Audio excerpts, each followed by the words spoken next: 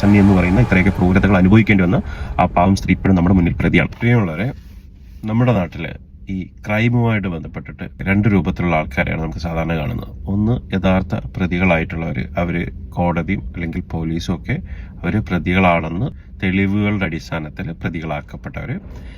രണ്ട്, പ്രതികളാണെന്ന് സസ്പീഷ്യസ് കൊണ്ട് പ്രതി പട്ടികയിൽ ചേർക്കുകയും ചെയ്ത ആൾക്കാർ. ഈ പ്രതി പട്ടികയിൽ ചേർക്കുന്ന ആൾക്കാർ പ്രതികളായിട്ട് കാണാനാണ് നമ്മുടെ സമൂഹം ആഗ്രഹിക്കുന്നത്. എന്താണ് അതിന്റെ പിന്നിലെ കെമിസ്ട്രി എന്ന് മനസ്സിലായിട്ടില്ല. പല വിവാദപരമായ കേസുകളിലും പല ചരിത്രപരമായ കേസുകളിലും പ്രതി ചേർക്കപ്പെട്ട ആൾക്കാർ തെളിവുകളുടെ അഭാവത്തിലൊക്കെ കുറ്റവിമുക്തരായ കേസൊക്കെ ഇഷ്ടംപോലെ നമ്മുടെ മുന്നിലുണ്ട്. ഇഷ്ടംപോലെ നമ്മുടെ മുന്നിലുള്ളപ്പോഴും അവരെ സമൂഹം പ്രതിയായിട്ട് തന്നെ അല്ലെങ്കിൽ പ്രതികളായിട്ട് തന്നെയാണ് കാണുന്നത്. ഉദാഹരണത്തിന് നമ്മുടെ മുമ്പിൽ ജീവിച്ചിരിക്കുന്ന അടുത്ത് നടന്നൊരു ഇൻസിഡന്റ്, എറണാകുളത്ത് ഷീല സണ്ണി എന്ന് പറയുന്ന ഒരു വർക്കിംഗ് വുമൺ, അവരുടെ അടുത്ത ബന്ധുക്കൾ ചേർന്ന് നടത്തിയ ഒരു കെണിയിൽ അവര് നിർഭാഗ്യവശാൽ അവര് പ്രതിയാവുന്നു. സംഭവം ഇങ്ങനെയാണ്.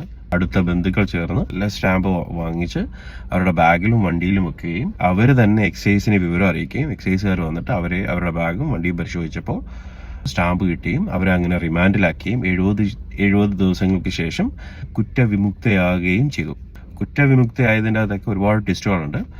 അതായത് ഈ ബന്ധുക്കൾ ഇവരെ പ്രതി ചേർക്കാൻ വേണ്ടി സ്റ്റാമ്പ് വാങ്ങിച്ചത് ഒരു ആഫ്രിക്കക്കാരൻ്റെ ആണ്. 10,000 രൂപയ്ക്ക് ആഫ്രിക്കക്കാരൻ്റെ നിന്നാണ് ഇത് വാങ്ങുന്നത്. ഈ ആഫ്രിക്കക്കാരൻ കൊടുത്തത് ഡ്യൂപ്ലിക്കേറ്റ് ആയിരുന്നു.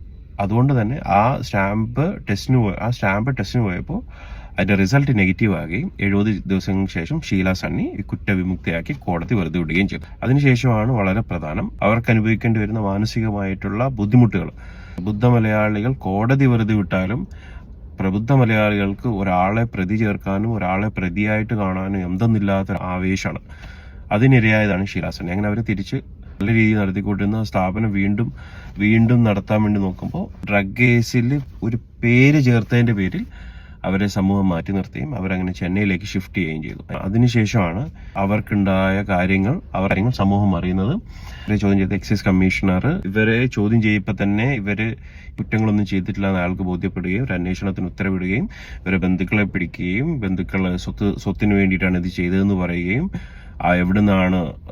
എങ്ങനെയാണ് തെളിവുകൾ ഇവരുടെ ബാഗിലേക്ക് ഇവരുടെ വണ്ടിയിലേക്ക് ഇട്ടതെന്നുള്ള കാര്യങ്ങളൊക്കെ പറഞ്ഞു.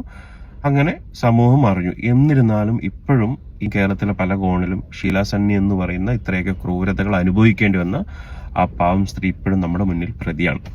ഇത് ഭാഗ്യവശാൽ ആ കേസ് തെളിയിക്കപ്പെട്ടതുകൊണ്ടാണ് അവർ പ്രതിയല്ലാതെന്ന് സമൂഹത്തിനും നമുക്കൊക്കെ മനസ്സിലായത്. ഇതേപോലെ എത്രയോ പാവം പിടിച്ചവര് ജയിലിന്റെ അകത്തും പാവം പിടിച്ചവര് മറ്റുള്ളവരുടെ വൈരാഗ്യങ്ങൾക്ക് റിവഞ്ചുകൾക്കും ഇരയായിട്ട് ഇപ്പോഴും കോടതികളിലും പോലീസ് സ്റ്റേഷനിലും ഒക്കെ കയറി ഇറങ്ങുന്നുണ്ട്. ഒന്നുമില്ലെങ്കിൽ നമുക്ക് ചെയ്യാൻ പറ്റുന്നത് അവരെ പ്രതിയാണെന്ന് കോടതി പറയുന്നത് വരെ നമ്മൾ അവരെ പ്രതിയാക്കാതിരിക്കുക എന്നുള്ളതാണ്. പ്രതിയാക്കാതിരിക്കുക. ഇനി അവരെ കോടതി കുറ്റമുക്തനോ വിമുക്തയാക്കിയിട്ടുണ്ടെങ്കിൽ അവരെ നമുക്ക് ആ പരിഗണന കൊടുക്കുകയും വേണം. ഈ വിഷയത്തിൽ നിങ്ങളുടെ അഭിപ്രായങ്ങൾ കമന്റായിട്ട് രേഖപ്പെടുത്തുക.